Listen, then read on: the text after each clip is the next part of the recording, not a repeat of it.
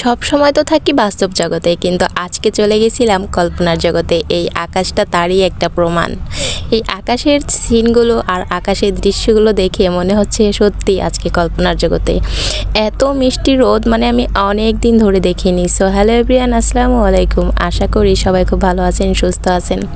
প্রতিদিন রান্নাবান্নার পাশাপাশি আর কিছু কিছু সুন্দর মুহূর্ত উপভোগ শেয়ার করার জন্যই আমার এই চ্যানেলটি খোলা। তো আজকের রান্নাবান্নার পাশাপাশি আমার এই সুন্দর দৃশ্যগুলো আপনাদের সাথে শেয়ার করব। তো এখানে রান্নার জন্য সব কিছু আমি কেটে কুটে নিয়েছিলাম। সব কিছুই আমি কুচকাচ করে রান্না করতে আর কি পছন্দ করি। তো আজকে এখানে আমি গাছের ঢেঁড়স দিয়ে মাছ ভাজি করব, আর এখানে হাতে মাখিয়ে একটা পটলের তরকারি রান্না করব। হাতে মাখানো সব কিছুই আমার বরাবর অনেক পছন্দ, তবে গরুর মাংসটা আমি আর কি কষিয়ে রান্না করতে পছন্দ করি বা খেতেও পছন্দ করি। মনে হয় যে হাতে মাখানোর থেকে কষিয়ে রান্না করলে গরুর মাংসটা বেশি টেস্ট হয়। তো যাই হোক, এখানে আমার হাতে মাখিয়ে রাখা ওইটা হয়ে গেছে, আর এখানে আমি মাছ ভাজিটাও করে নিচ্ছি। আর সব সময় আমি একটা কথা বলি, আমি এমন কোনো শেফ বা এমন কোনো রাঁধুনি না যে আমার রান্নাটা অনেক পারফেক্ট হতে হবে। আমি সব সময় চেষ্টা করি আমি যেভাবে রান্না শিখছি বা যেভাবে মা চাচিদের দেখে আসছি সেভাবেই রান্না করার চেষ্টা করতেছি। তবে বাকিটা সব এক্সপিরিয়েন্স বা একটা কাজের ধারার উপরে অনেক সময় অনেক কিছু নির্ভর করে। অনেক সময় পরিবেশ, মন মানসিকতা, তারপর ধরেন শরীর সুস্থতার উপরে সব কিছু নির্ভর করে রান্নাটা। তারপর যে কোনো কাজ যখন আপনার যদি মন মানসিকতা ভালো না থাকে বা শরীর সুস্থ না থাকে, তখন দেখবেন আপনার ওটাই কাজ, যে কোনো কাজেই মন বসবে না, আর তখন সেটাও খুব পারফেক্ট হবেও না, খুব ভালো একটা রেজাল্ট আসবেও না। তো যাই হোক, আমি সবসময় চেষ্টা করি একটু মন দিয়ে রান্না করার জন্য। মন দিয়ে রান্না করলে আমার মনে হয় সব কিছুই খুব ভালো হয়। কিন্তু অনেক সময় থাকে পরিস্থিতির উপরে নির্ভর করে, তখন মন মানসিকতা ভালো না থাকলে তখন সেটা আমার হাতে থাকে না রান্নাবান্নাটা, কিন্তু রান্নাটা কিন্তু করতেই হয়।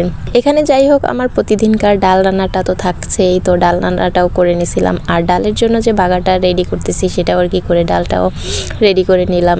আর হ্যাঁ, পটলের তরকারিটা কিন্তু আমার বরের খুব পছন্দ, যার জন্য ওটা আর কি করা হয় বেশিরভাগ সময়। আর এখানে আমি আজকে দুপুরে রান্না করতেছি, তো তাই আর কি ভাতটা লাস্টে উঠিয়ে দিয়ে আমার রান্নাটা শেষ হয়ে গেল। আর এখানে দেখেন দুপুরে আমি বের হয়ে তো পুরো অবাক যে আজ পুরো ফকফকা একটা রোদ, ফকফকা বলে না আঞ্চলিক ভাষায়, সেরকম একটা রোদ মনে হচ্ছে।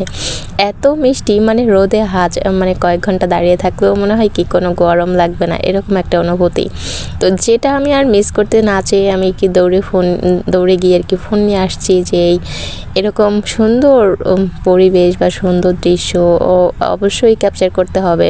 আর এখানে দেখেন এত পরিমাণ বাতাস ছিল, যেটা আজকের ফ্যান বা কারেন্ট না থাকলেও কিছু হতো না। কিন্তু এই যে সম্পূর্ণ ইফেক্টগুলো দেখাচ্ছি, এটা একদম ন্যাচারাল আমার ক্যামেরা দিয়ে তোলা, কোনো প্রকার ইফেক্ট বা কোনো প্রকার ফিল্টার ছাড়া এই সম্পূর্ণ দৃশ্যগুলো আমি আজকে সরাসরি আপনাদের কাছে দিচ্ছি। যেহেতু দেখেন কতটা ভালো আর কতটা ইউনিক লাগতেছে আজকে পরিবেশটা। আর এদিকে দুপুরবেলার দিকে আমার বড় চলে আসছে, তো হুট করে দেখি যে ওদিকে বাইকের শব্দ, তাই আমি ক্যামেরাটা ওদিকে ঘুরিয়ে রাখছিলাম। তো যাই হোক, এরপরে আর কি আমাদের আবার একটা গন্তব্য ছিল, যেখানে আমাদের সেই ট্রেনিংয়ে যাওয়ার জন্য আমরা রওনা হলাম। তো এখানে যেতে যেতেও দেখি এখানে এদিকের আকাশগুলো সেম, পুরো আজকে আমাদের এলাকার পুরো আবহাওয়াটাই অন্যরকম, যেটা আর কি বলার বাইরে।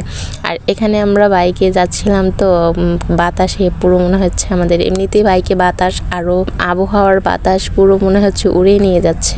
তো যাই হোক, এখানে মজার একটা বিষয় হচ্ছে আমরা যেতে যেতে আমার বর আমাকে জিজ্ঞেস করতেছে যে পশু হাসপাতাল কোথায় চিনো? পরে আমি বলছি পশ্চিম পাড়। পরে বলে যে পশ্চিম পাড় তো আমিও জানি, কিন্তু জায়গাটা কোথায়, স্থানটা কোথায় সেটা তো বলো। পরে আমি বলছি আমি তো সেটা আমিও চিনি না। যাই হোক, এরকম মজা করতে করতে যাচ্ছিলাম, আর উপরে বলতেছে পাগল একটা।